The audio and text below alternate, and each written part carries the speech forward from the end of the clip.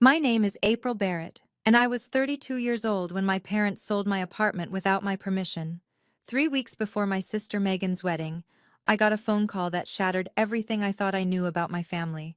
My parents were laughing, actually laughing, as they thanked me for the wedding present. They had forged my signature, sold the apartment I'd spent 8 years saving for, and used the money to fund Megan's $100,000 dream wedding. They didn't ask. They just took. But that wasn't even the worst part.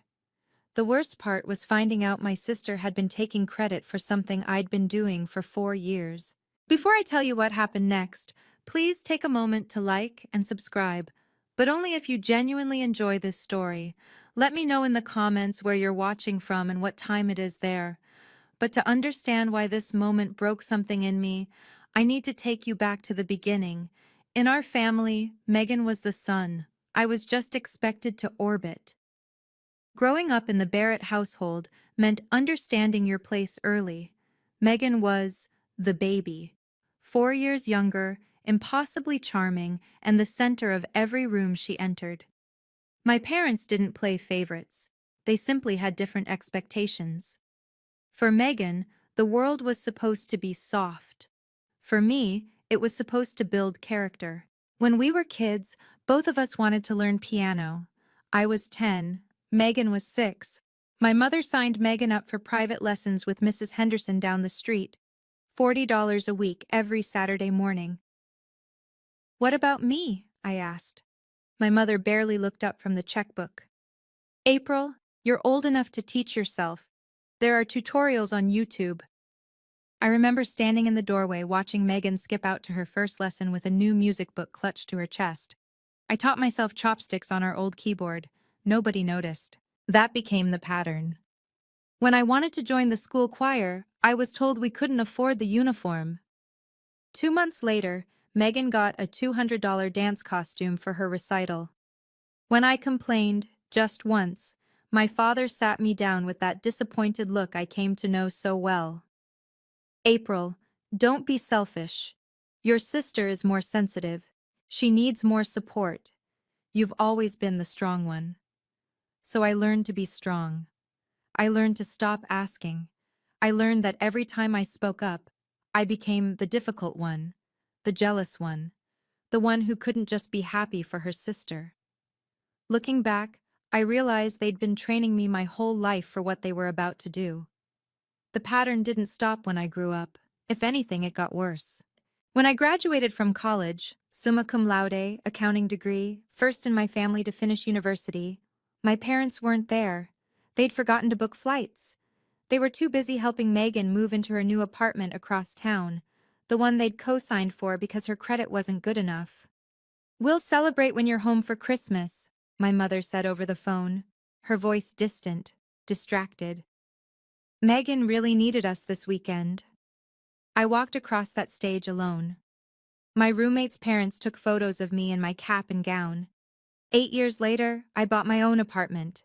No cosigner, no help, just years of 60-hour weeks, packed lunches, and a savings account I never touched. The day I got the keys, I called my parents to share the news. My father's response? "That's nice, honey. Hey, does it have a spare room? Megan might need a place to stay for a few months while she figures things out." Not congratulations, not "we're proud of you." Just, could Megan use it? "April, you're so independent," my mother always said, and I used to think it was a compliment. "You don't need us fussing over you like Megan does." Translation: we don't have to try with you. You'll survive anyway. And I did. I always survived. I just stopped expecting anything different. When my parents asked to keep my apartment documents safe in their lockbox, I handed them over without a second thought. They were my parents. I trusted them. That trust would cost me more than I could have imagined. 3 years before the wedding, my parents made a terrible mistake. My father had always fancied himself a businessman. When his college buddy pitched a can't-miss real estate development in Arizona, Dad invested everything. Their retirement savings, the equity they'd built in the house, every dollar they had.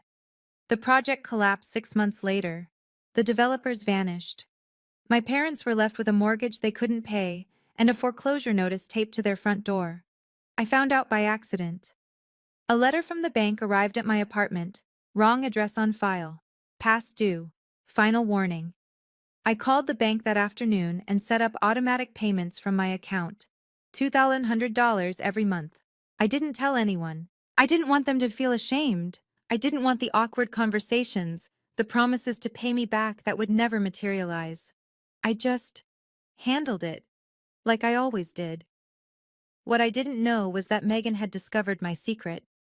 A few months after I started paying, she borrowed my laptop to finish a work presentation. She must have seen the email confirmation from the bank, the payment receipt with my name, the amount, everything. And instead of thanking me, instead of telling our parents the truth, Megan told them she was the one paying the mortgage. "I've been helping out," she apparently told them. "From my PR salary, it's the least I can do." My parents were moved to tears. Their baby girl, so selfless, so mature. They told everyone at church. They bragged to the neighbors. Meanwhile, I kept sending $200 every month, watching the money leave my account, never knowing someone else was taking the credit. I didn't know it then, but someone else was taking credit for every dollar I sent. Then Megan got engaged, and everything changed. Brandon Whitmore was everything my parents had ever dreamed of for their daughter. Handsome, well-spoken, and most importantly, rich. His father owned the largest law firm in the county. His mother chaired 3 charity boards. The Whitmores had a summer house in Martha's Vineyard and a winter place in Aspen. When Megan brought Brandon home for the first time, I watched my parents transform. My father stood straighter. My mother served the good china. They laughed at jokes that weren't funny and nodded along to opinions they didn't hold. "This wedding will change everything for this family," my father said to me privately, his eyes bright with something I'd never seen before. Desperation, maybe, or hope. "Megan's future is our future." They started planning immediately. Not just any wedding, a Whitmore-worthy wedding. The country club ballroom, 200 guests, a 12-piece orchestra, fresh flowers flown in from Holland, the price tag, $100,000. Money they didn't have. "Megan can't afford both the mortgage and the wedding," I overheard my mother saying to my father one night. "She's already sacrificing so much for us. We need to find another way." I remember feeling confused. Megan was barely making $3,000 a month at her PR job. How was she supposedly paying a $2,100 mortgage? But I dismissed the thought. Maybe she'd gotten a raise. Maybe Brandon was helping. I had no idea my sister was living a lie, and that my parents were about to make me pay for it. My mother started looking at my apartment listing online that same week. I didn't know that either. Not yet. My apartment wasn't just a place to live. It was proof that I existed. 8 years of my life had gone into those walls. Every promotion I'd earned, every vacation I'd skipped, every no I'd said to dinners and drinks and weekend trips. It all lived in that 800-square-foot space with the bay window overlooking the park. I'd painted the bedroom myself, a soft sage green that made mornings feel gentler. I'd saved for 6 months to buy the couch, a splurge I'd almost talked myself out of. The kitchen was small, but it was mine. The quiet was mine. For the first time in my life, I had somewhere I belonged completely. If I stayed silent, if I let them take it, I wouldn't just lose the apartment. I'd lose 8 years of work. I'd lose $180,000 in equity. I'd lose the only proof that April Barrett was more than a supporting character in someone else's story. And Megan would keep taking credit for my sacrifice.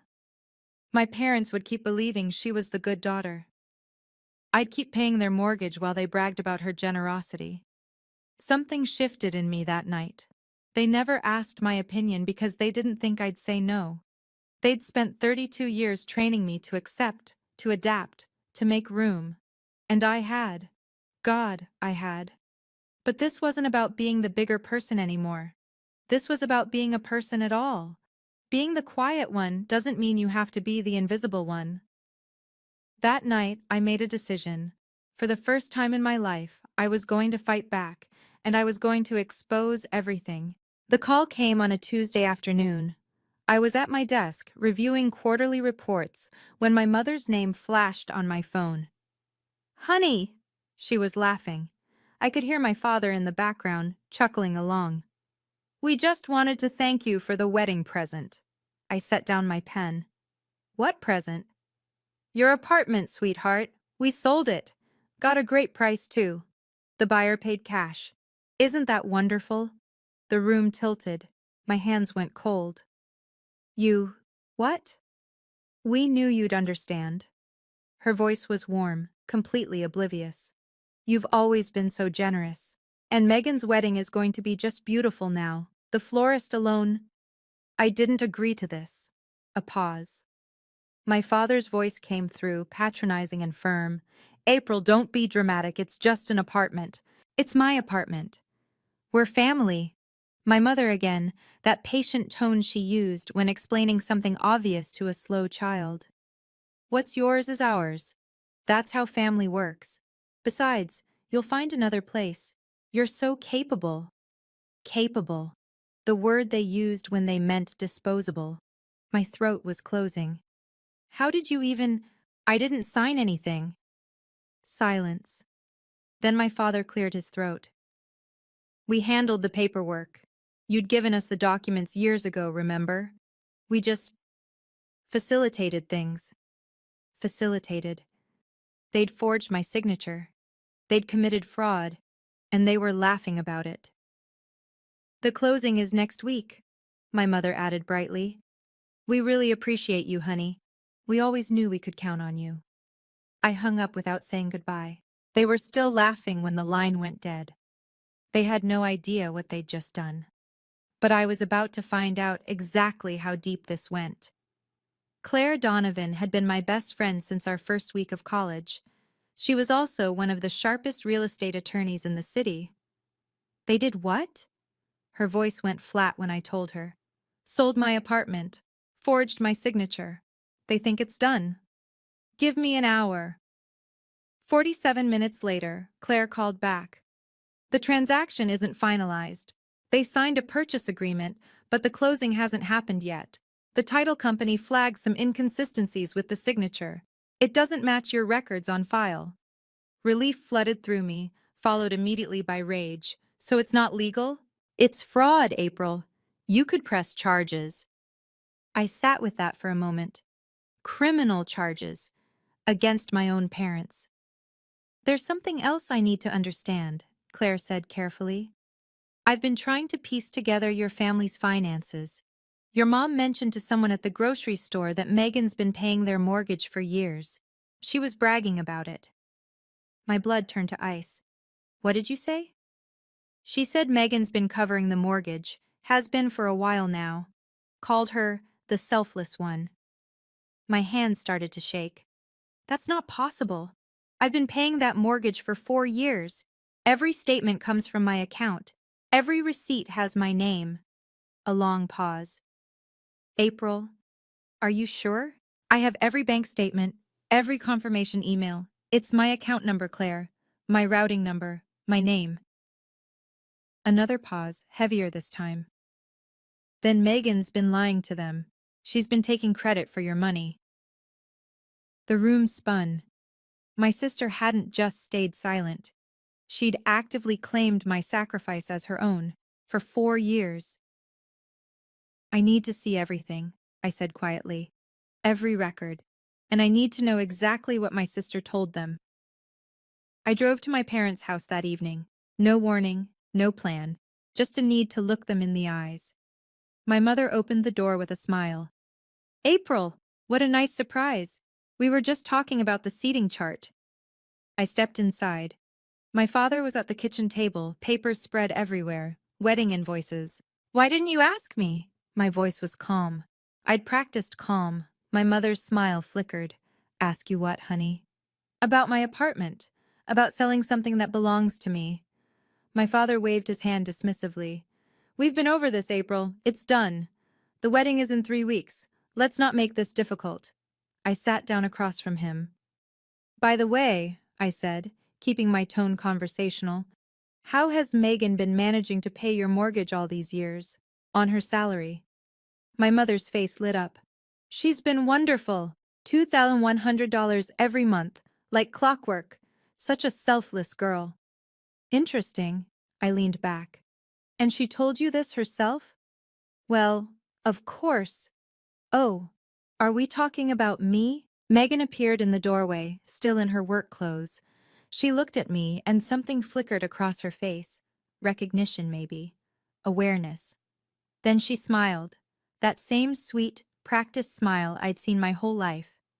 Yes, she said smoothly. I've been helping out. It's what family does.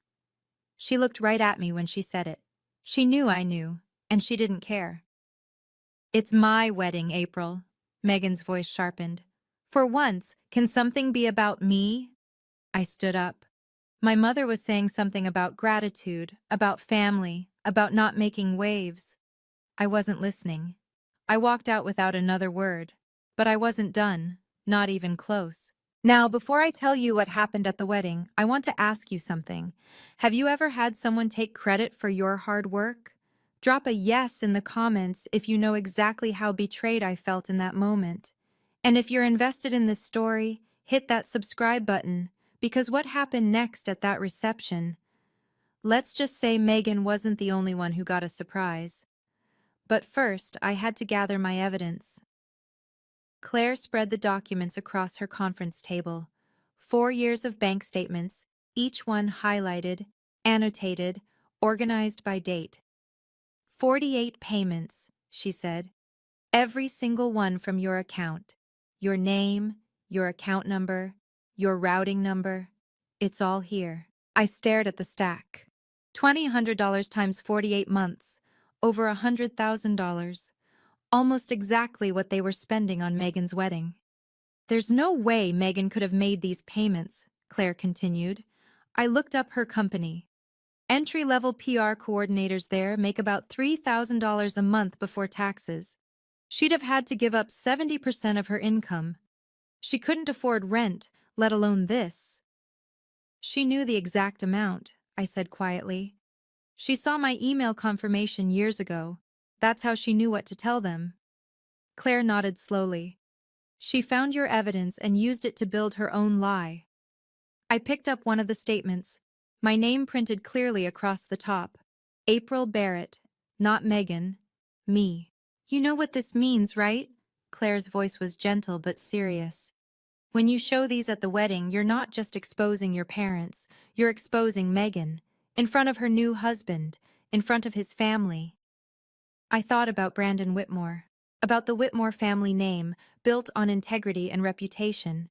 About what they'd think of a bride who'd lied about money for 4 years. The Whitmores deserve to know who they're really getting, I said. Claire didn't argue. She just started making copies. 4 years of my money, I said, almost to myself. And she smiled in my face while taking credit for every cent. That night, I dug through every email I'd ever exchanged with my parents. It didn't take long to find what I was looking for. 2 years ago, when I'd hesitated about leaving my apartment documents with them, my mother had written, "Don't worry about the papers, honey. We're just keeping them safe. You know we'd never do anything without asking." A month later, my father, "We would never touch your property without your permission. It's just for safekeeping. Trust us." Trust us. I printed both emails. Then Claire sent me something that made my stomach drop. "I got added to your family group chat years ago," she texted. "Back when I helped your mom with her will. They forgot to remove me. I've been muted, but I can still see everything." She forwarded a screenshot. The message was from Megan, dated 3 weeks earlier, right after my parents decided to sell my apartment. "Don't worry about April's apartment. She won't make a fuss. She never does." I read it 3 times. Then a fourth. "She won't make a fuss. She never does." My own sister. She wasn't just complicit, she'd reassured them. She'd told them I'd roll over. She'd counted on my silence the way you count on the sun rising. My own sister, I said out loud, alone in my apartment. She knew exactly what she was doing. I printed the screenshot, added it to the folder. She didn't just stay silent. She told them I wouldn't fight back. She counted on my silence. And maybe once, she would have been right. But that was before I understood what I was dealing with. That was before I decided to stop being easy. You have three options, Claire said, sliding a legal pad across the table. 1. We go to the police now. Forgery is a felony. Your parents could face real charges. I thought about my father in handcuffs, my mother crying in a courtroom. What else? 2. Wait until after the wedding. Handle it quietly. But by then, Megan will be married into the Whitmore family. They'll protect her. They'll spin the narrative. You'll be the bitter older sister who tried to ruin everything out of jealousy. And 3? Claire met my eyes. Confront them at the wedding. Publicly. Before the marriage is finalized. The idea should have horrified me. Causing a scene at my sister's wedding. Humiliating my parents in front of 200 people. Everything I'd been trained to avoid. But something had shifted. If I do this after the wedding, they'll spin it, I said slowly. They'll say I'm jealous, bitter. They'll make me the villain. And Megan will be safely married, protected, set for life. The Whitmores deserve to know who they're really getting. The words felt heavy and true. Brandon deserves to know. That evening, I called Mr. Peterson, the buyer who'd put an offer on my apartment. I explained the situation, the forged signature, the fraud, the fact that I'd never consented to any sale. He was silent for a long moment. Then, I'll call my lawyer. 2 days later, he withdrew from the sale entirely. The deposit was returned. The transaction was void. My parents didn't know yet. They were still planning the wedding of the century with money that wasn't coming. The wedding was in 10 days, and I had just set something in motion that would expose everything. I'm not trying to destroy them, I told Claire, but they need to face what they did. All of them. The morning of the wedding, I woke up in my apartment. My apartment. Still mine, still standing, still the only place in the world that belonged completely to me. Sunlight filtered through the bay window, casting long shadows across the bedroom floor. Somewhere across town, Megan was probably having her hair done, surrounded by bridesmaids and champagne and the promise of a perfect day. My phone buzzed, a text from Claire. Everything is ready, good luck. I showered slowly, made coffee, took my time. On my bed lay the bridesmaid dress Megan had chosen for me, a shade of pink that washed out my complexion, deliberately unflattering. She'd picked it herself, insisting it was perfect for the wedding aesthetic. I suspected she just wanted to make sure no one looked at me. Beside the dress sat a manila folder. Inside, 48 months of bank statements, the original deed to my apartment, the canceled sale contract, printed emails from my parents promising to keep my documents safe, and a screenshot of Megan telling them I wouldn't make a fuss. I looked at myself in the mirror. The pink dress looked exactly as bad as I'd expected. But that wasn't what mattered today. I picked up the folder, slid it into my purse, checked my reflection one more time. The woman in the mirror looked calm, resolved, not angry. That surprised me, not even nervous, just ready. They expected me to smile, toast, and play my part. They had no idea I'd rewritten the script. I grabbed my keys and headed for the door. The Whitmore's country club was 40 minutes away. The ceremony started at 2, and I had a speech to make. The Ridgemont Country Club had been transformed into a wedding fantasy. White roses cascaded from every surface. A 12-piece orchestra played Pachelbel as guests found their seats. Crystal chandeliers caught the afternoon light and scattered it into rainbows across the marble floor. 200 guests. 200 witnesses to the Barrett family's greatest performance.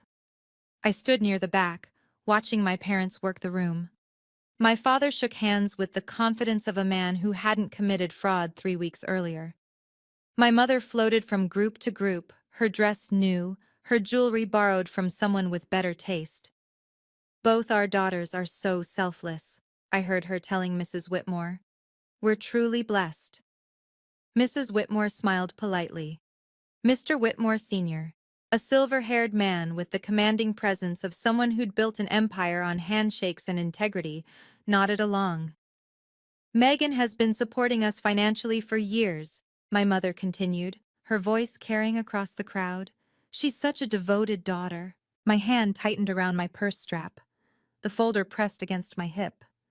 Across the room, Megan caught my eye. She was radiant in white silk and imported lace, every inch the blushing bride.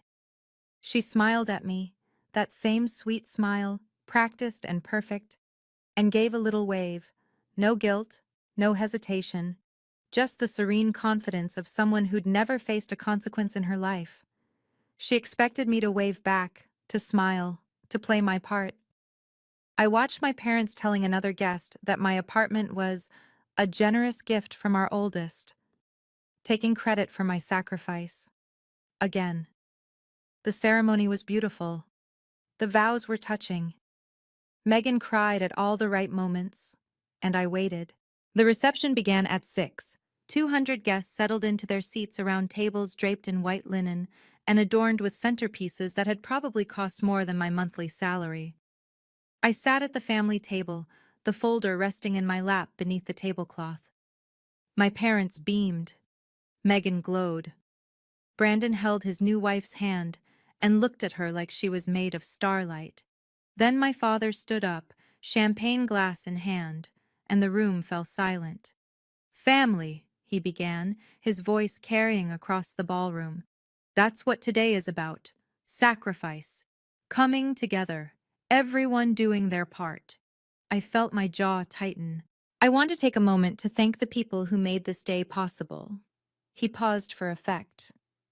"First, to my daughter Megan, who has been supporting this family financially for years. Her generosity and selflessness have kept us afloat through difficult times." Megan ducked her head modestly. The crowd murmured approval. "And to April," my father found me in the crowd, his smile wide and warm, "who gave the most generous wedding gift, her apartment, so that her sister could have the wedding of her dreams." Applause. 200 pairs of eyes turned toward me, expectant, waiting for the grateful smile, the humble wave. Megan stood up from her seat and gave a little bow, accepting applause for sacrifices she'd never made. I felt every gaze like a weight pressing down on me. "Let's raise a glass to our daughters," my father concluded. "The best children parents could ask for." Glasses rose, people drank, Megan basked, and I stood up, not to smile, not to nod, but to speak. "Dad?" My voice was steady, calm. "Would you mind if I said a few words?" My father's smile wavered for just a moment, surprise maybe, or the first flicker of concern. But 200 people were watching, and Richard Barrett had never met a spotlight he didn't love. "Of course, sweetheart." He handed me the microphone. "The floor is yours."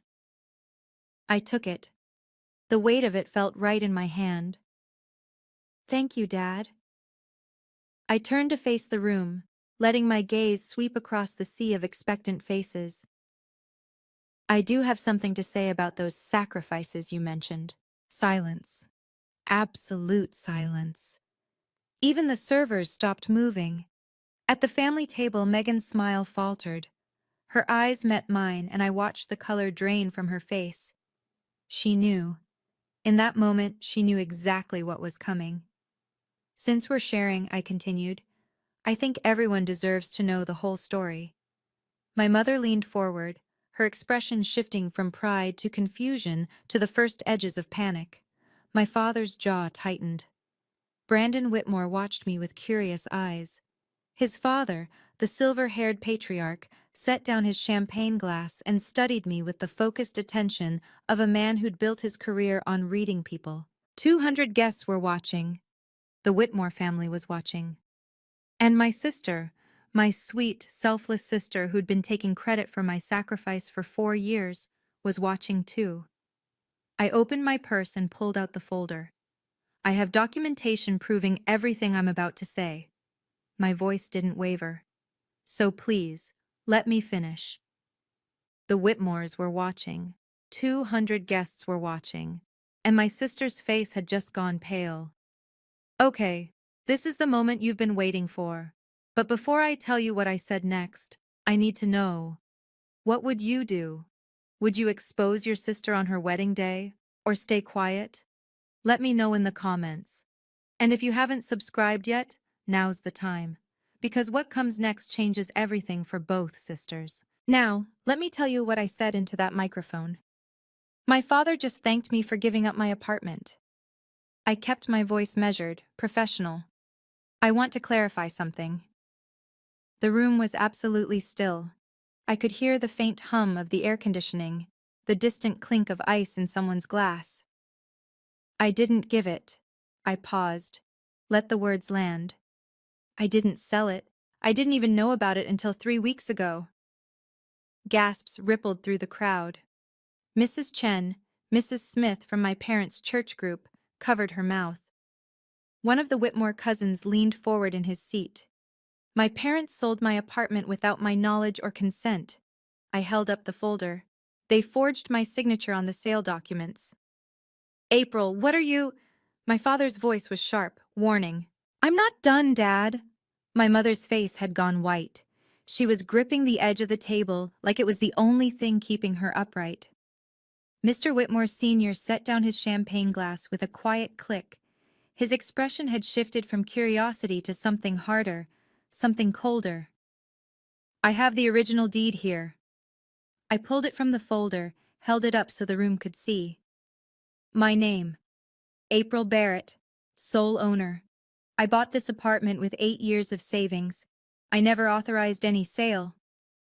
Whispers now, spreading through the crowd like ripples in water. Brandon Whitmore was staring at his new in-laws with an expression I couldn't quite read. His father's jaw was set. I have documentation proving everything I'm about to say, I repeated, so please let me finish. My mother opened her mouth to explain, to deflect, to somehow spin this, but no words came out. I wasn't done, not even close. The good news, for me, is that the sale was never legal. I pulled another document from the folder. A sale without the owner's genuine signature is void. That's basic property law. My father's face had gone from angry to ashen. I contacted the buyer, Mr. Peterson, last week. I explained the situation. He withdrew from the sale immediately. I held up the termination letter. The deposit has already been returned to him. The transaction is canceled. That's... My mother's voice cracked. That's not possible. The money you were counting on? I met her eyes. It's not coming. Megan grabbed Brandon's arm. Wait, what does this mean for... It means the apartment is still mine. I turned to look directly at my sister. It was always mine, and you knew that. Brandon pulled his arm away, just slightly, just enough to notice. The canceled sale contract. I held up another document. The original deed, both with my name, both proving that what my parents did was illegal. Mr. Whitmore Sr. stood up. The movement was controlled, deliberate, the kind of gesture that commanded immediate attention. He walked toward me, hand extended. May I see those documents? I handed him the folder without hesitation. His eyes scanned the pages, the deed, the contract, the signatures. His expression didn't change, but something shifted in the set of his shoulders. April, please. My mother's voice was barely a whisper. Not here, not now. This is exactly where it needs to happen, I said. This is exactly when. Because there was more, and everyone in that room was about to find out exactly how deep the lies went. But that's not all. I turned back to face the room. There's something else you should know. The silence was absolute. 200 people, barely breathing. My father thanked Megan for supporting the family financially, for paying their mortgage for years. I looked directly at my sister. Isn't that right, Megan? Megan's face was frozen, pure terror in her eyes. Here's the truth. I reached for the stack of bank statements Mr. Whitmore Sr. was still holding.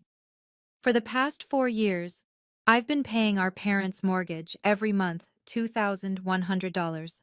My father staggered. What? Every payment. I held up the statements. From my account, with my name, for 4 years. The documents passed from hand to hand. April Barrett printed across the top of every page, account numbers, routing numbers, 48 consecutive payments.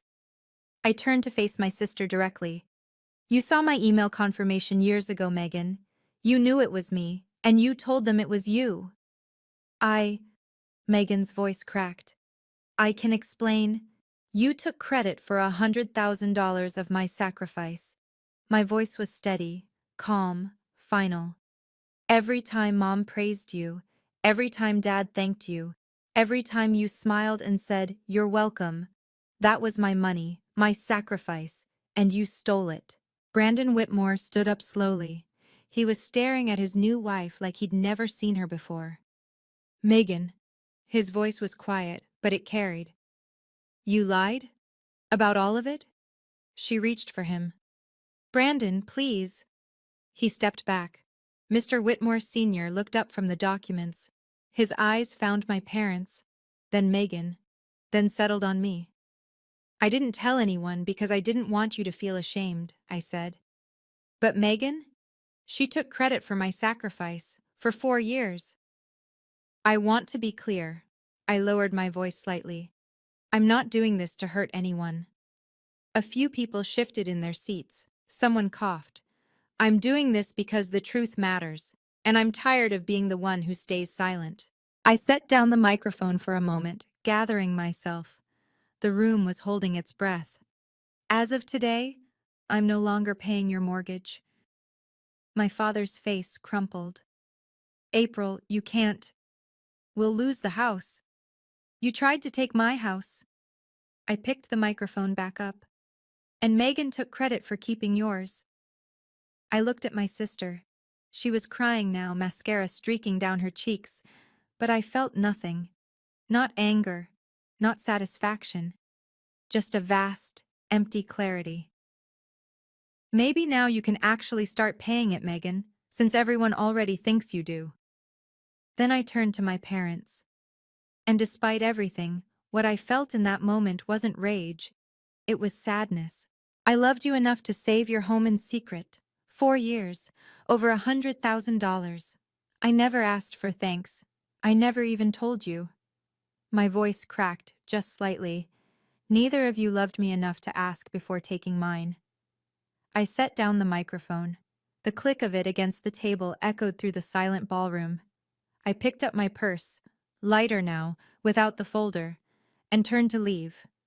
From across the room, I heard Claire's voice, quiet but clear. That's my girl. Someone else might have stayed to watch the fallout, to see the tears and accusations and desperate explanations. But I was done. I'd said what I came to say. Now it was time to go. The silence lasted exactly 4 seconds after I set down the microphone. Then the room erupted. Whispers became murmurs, became open conversations. Guests leaned across tables, trading shocked glances. Someone's phone was already out, recording. The Whitmore cousins were huddled together, expressions ranging from horrified to grimly satisfied. Is it true? Brandon's voice cut through the noise. He was standing now, facing Megan. Did you lie to me too? I didn't. Megan's voice broke. It's not. I was going to tell you. 4 years. Brandon's voice was flat. You lied about money for 4 years. To your own parents. To me. Mr. Whitmore Sr. approached my father. The two men were roughly the same age, but the difference in their bearing was stark. My father looked shrunken, diminished. Mr. Whitmore looked like a man about to deliver a verdict. You told us your family was honest, Richard. His voice was quiet but carried. You told us Megan was trustworthy. It's a misunderstanding, my father started. There's nothing to misunderstand. Mrs. Whitmore had risen too, her face cold. She lied about money for 4 years. That's not a misunderstanding, that's a pattern. Megan pushed through the crowd and grabbed my arm. April, wait, you ruined my wedding. I stopped, looked at her. No, Megan. My voice was calm. You ruined it yourself, the day you decided to lie. I watched her face crumble, not with remorse, but with the shocked disbelief of someone who'd never been told no in her life. Behind us, guests were starting to gather their things. Brandon was walking toward the exit, not following Megan, going the other direction entirely. I turned and kept walking. Megan caught up to me in the hallway, heels clicking frantically on the marble floor. "How could you do this to me?" She was crying, really crying now, her makeup ruined, her voice raw. "On my wedding day?" I stopped, turned to face her. "You knew what you were doing every single day for 4 years. I was trying to help. Every time Mom praised you." I cut her off, voice steady. "Every time Dad thanked you. You smiled and said, 'You're welcome.'" I was going to tell them. "That wasn't a mistake, Megan. That was a choice. Over and over. Every month for 4 years, you had a chance to tell the truth. You didn't." My mother appeared behind Megan, breathless. "April, please. We can talk about this. We should have talked 4 years ago." I met her eyes. "Or 3 weeks ago, when you decided to sell my home without asking. Now it's too late." My mother's face crumpled. For a moment, just a moment, I felt something stir. Guilt, maybe, or the old habit of making things easier for everyone else. Then I remembered the phone call, the laughter, the assumption that I would simply accept. "Goodbye, Mom." I walked through the country club's grand entrance, past the valets and the confused guests filtering out behind me. The evening air was cool against my skin. Claire was waiting by her car. "How do you feel?" she asked quietly. I thought about it, really thought. Like I just told the truth for the first time in my life. I took a deep breath of the autumn air. And it didn't kill me. She opened the passenger door for me. "Let's get out of here." We ended up at a cafe 3 miles from the country club, far enough that we wouldn't run into any straggling wedding guests, close enough that my hands had stopped shaking by the time we arrived. Claire ordered us both coffee. Black, no sugar, the kind of coffee you drink when you need to stay sharp. "You could press charges," she said, stirring her cup. "Forgery is a felony in this state. Your parents could face real consequences." I wrapped my hands around my mug, feeling its warmth. "I know. The evidence is solid. The bank statements, the forged signature, the emails where they promised to keep your documents safe. Any prosecutor would love this case." I watched the steam rise from my coffee. Outside, the sun was setting, painting the sky in shades of orange and pink. "No." The word came out more certain than I expected. "I don't want them in prison. I just wanted them to face what they did." Claire nodded slowly. "And Megan?" "That's between her and Brandon now." I took a sip. The coffee was bitter, but I didn't mind. "And between her and her conscience, if she has one." My phone buzzed, then buzzed again. And again. I pulled it out. 23 missed calls from Mom, 15 from Dad, 8 from Megan. A dozen text messages, each more frantic than the last. I turned the phone to silent and set it face down on the table. "I'm done being the one who always picks up when they call," I said. Claire raised her coffee cup. "To new beginnings." I clinked my mug against hers. "To new beginnings." 3 days after the wedding, the fallout was still spreading. I heard most of it secondhand, from Claire, from old college friends, from the cousin who'd always secretly been on my side. The Barrett family's carefully constructed image was crumbling faster than anyone could have predicted. Brandon had moved out of Megan's apartment the night of the wedding. He'd gone straight to his parents' house and hadn't left since. Word was the Whitmore's lawyers were already drawing up annulment papers. "Marriage based on misrepresentation," my cousin texted. "That's the legal term they're using." Megan's PR company had put her on indefinite leave. Image concerns, apparently. A PR professional who'd lied about money for 4 years wasn't exactly a good look for a firm that specialized in reputation management. The church community was buzzing. Mrs. Smith, the one who'd witnessed my father's toast, had apparently told half the congregation before the weekend was over. My parents hadn't shown their faces at Sunday service. My phone kept lighting up with messages, some from people I barely knew. I always knew something was off. Your mom used to brag about Megan all the time. Never mentioned you. I saw a video from the wedding on Facebook. You're iconic. A text from my grandmother came through late that evening. I'm proud of you, April. I always suspected Megan was hiding something. Your grandfather would have been proud too. I sat in my apartment, still mine, still standing, and watched the city lights flicker on outside my window. I didn't feel triumphant. I didn't feel vengeful. I just felt quiet. For the first time in a long time, the quiet felt like peace. 2 weeks later, my father called. I almost didn't answer. But something, curiosity maybe, or the last vestiges of the daughter I used to be, made me pick up. April. His voice sounded different, older, smaller. We got a letter from the bank. I said nothing. They're giving us 90 days. After that, he trailed off. Have you asked Megan? I kept my voice neutral. She's been telling you she pays it for years. Maybe she can help now. A long silence. When he spoke again, his voice cracked. She can't. She never could. We know that now. I know, Dad. I've always known. Another pause, heavier this time.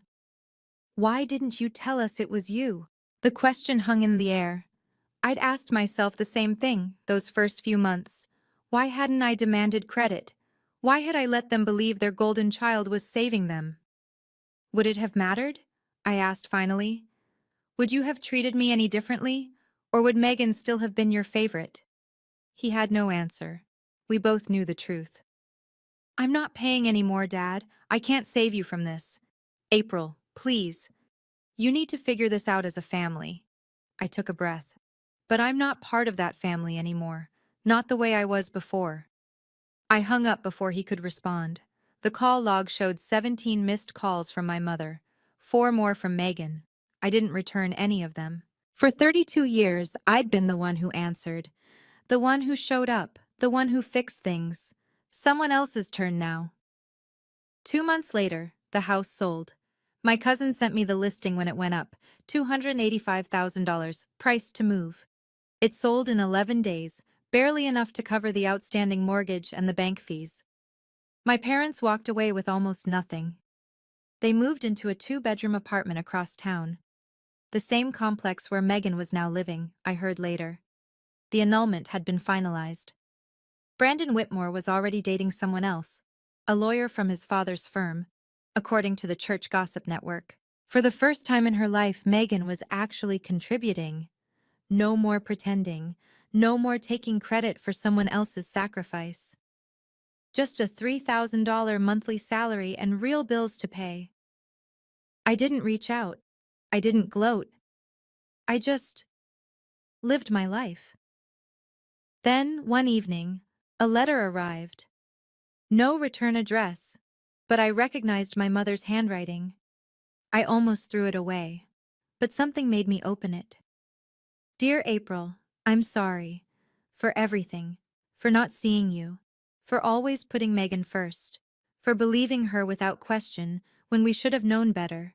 You deserved a mother who noticed. You deserved parents who celebrated you the way we celebrated your sister. We failed you, and we don't have any excuse. I don't expect you to forgive us.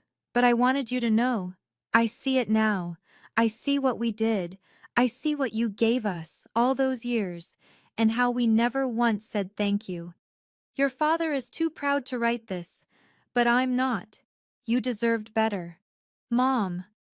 I read it twice, then set it on my kitchen counter. It's a start, I said to no one. But words are cheap. Actions take time. 6 months after the wedding, I sat in my apartment watching the sunset through my bay window. The same apartment. Still mine. But somehow, everything about it felt different now. I'd repainted the bedroom a deeper shade of green, bought new curtains, replaced the old couch with something I'd actually picked out myself, not just settled for. The space felt lighter somehow, like it could finally breathe. Claire came over for dinner every Thursday now. We'd cook something ambitious, drink wine, and talk about everything except my family. "You look different," she said one evening, studying me across the table. "Lighter." I stopped carrying people who would never carry me. She raised her glass. I raised mine. Work was better too. The promotion I'd been chasing for 2 years finally came through. The extra $800 a month, money that used to disappear into my parents' mortgage, stayed in my account now. I'd started a travel fund, booked a trip to Portugal for the spring. 32 years of saving everything for everyone else. 32 years of being the backup plan, the safety net, the reliable one who never asked for anything. Now finally, I was learning to spend something on myself. My phone buzzed.